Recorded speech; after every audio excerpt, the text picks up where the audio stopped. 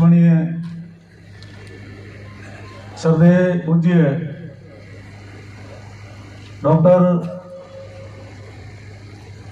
बाबा साहेब भीमराव अंबेडकर जी की इस जन्म जयंती के शुभ अवसर पर उनके चरणों में कोटि कोटि वंदन करते हुए मंच पर विराजमान सम्मानीय अतिथिगण, गणमान्य सदनों, दुर्गा स्वरूपा, डालीबाई स्वरूपा, मातृशक्ति, माताओं, बहनों, नौजवान साथियों, प्यारे बच्चों और पत्रकार साथियों, सबसे पहले तो मैं आयोजन समिति का हृदय से आभार व्यक्त करता हूं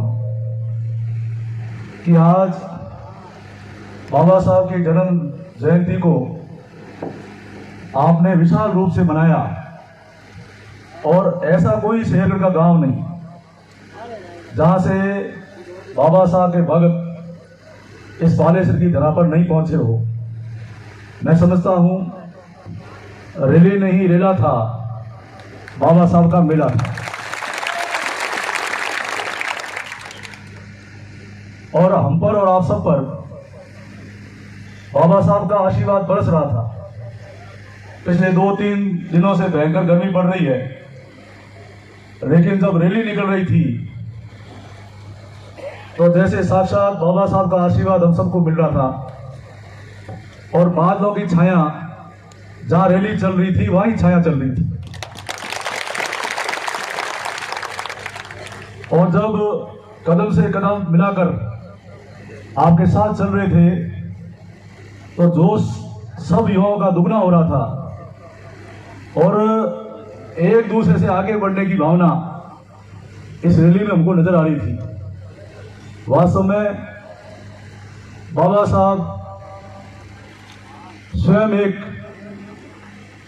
पुस्तकालय थे, विलक्षण प्रतिभा के धनी थे, जिन्होंने विषम परिस्थितियों में जीवन जिया और शोषित और पीड़ित लोगों को आगे बढ़ाने के लिए उन्होंने अपने जीवन में जो काम किए वो आज हम सब के लिए प्रेरणा है। आज विश्व में जो संविधान बना, ऐसा संविधान कोई नहीं बना पाया। अगर पूरे विश्व में मजबूत संविधान किसी ने दिया तो बाबा साहब भीमराव अंबेडकर ने दिया। इसलिए हमारे रोंगटे खड़े होते हैं और आज हम कह सकते हैं, गर्व के साथ कह सकते हैं कि बाबा साहब ने हम सबको मतदान का अधिकार दिया, मतदान का अधिकार दिया। और मेरे जैसा बाबू सिंह तो नाथराव के झोपड़े में जन्मा, कभी सबसे आखिरी में खड़ा रहता था। उसी मतदान के अधिकार से नाथराव में झोपड़े में जन्मा बाबू सिंह वहां से उठकर यहां मंच पर आ गया। आपने उसको राजस्थान में विधानसभा में सेवा करने का मौका दे दिया। ये केवल और केवल अधिकार कोई मिला तो बाबा साहब का अधिकार था, वो उनका मतदान का अधिकार था कि हमको भी राजनीति में विधायक बनने के अवसर मिले।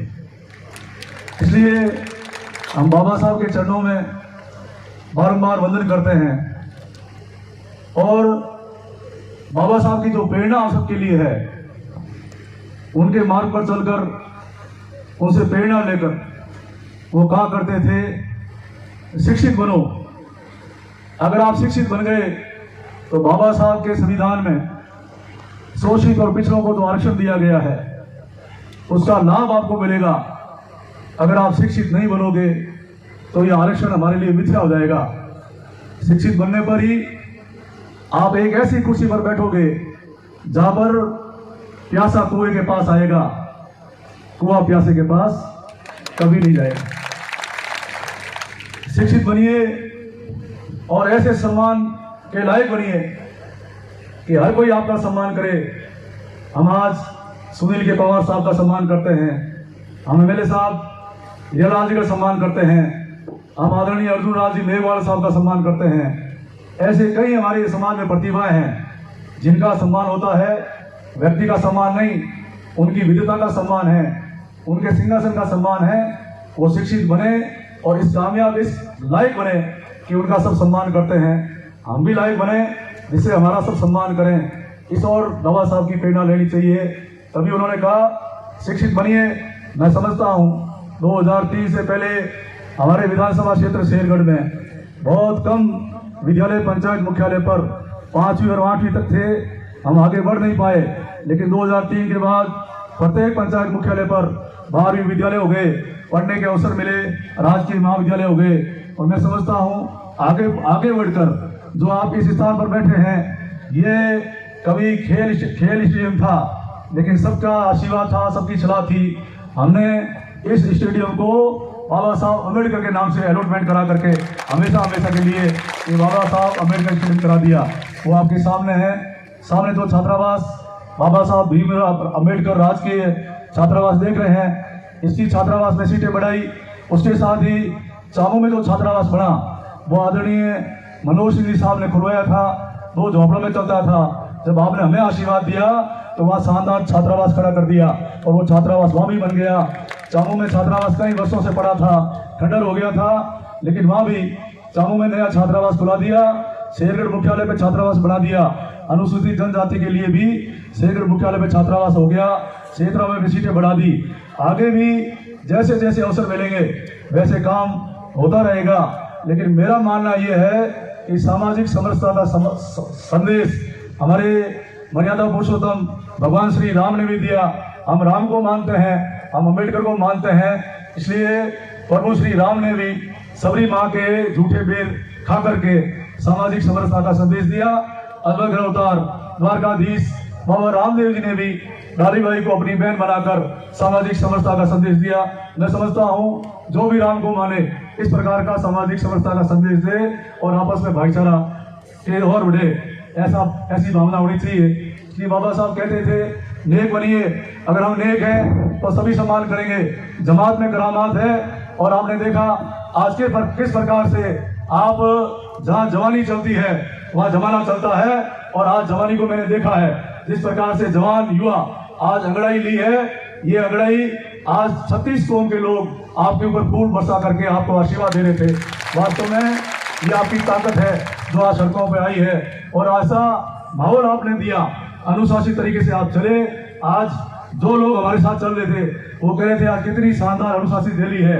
ऐसी रैली हमने बालेश्वर के इतिहास में कभी नहीं देखी। इतनी शानदार रैली का आयोजन हमने किया है।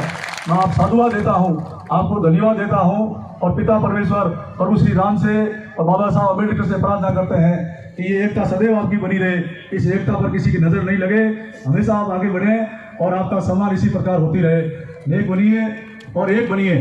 तब आप कहते हैं आवाज दो हम एक हैं, तो आप एक हैं। इसलिए कहते हैं श्री अम्बेडकर जी कि शिक्षित बनिए, नेक बनिए और एक बनिए, तभी आप आगे बढ़ पाएंगे। मैं तो आप सबसे इतना ही निवेदन करना चाहता हूँ। आज हमें खुशी होती है कि जिस प्रकार से बाबा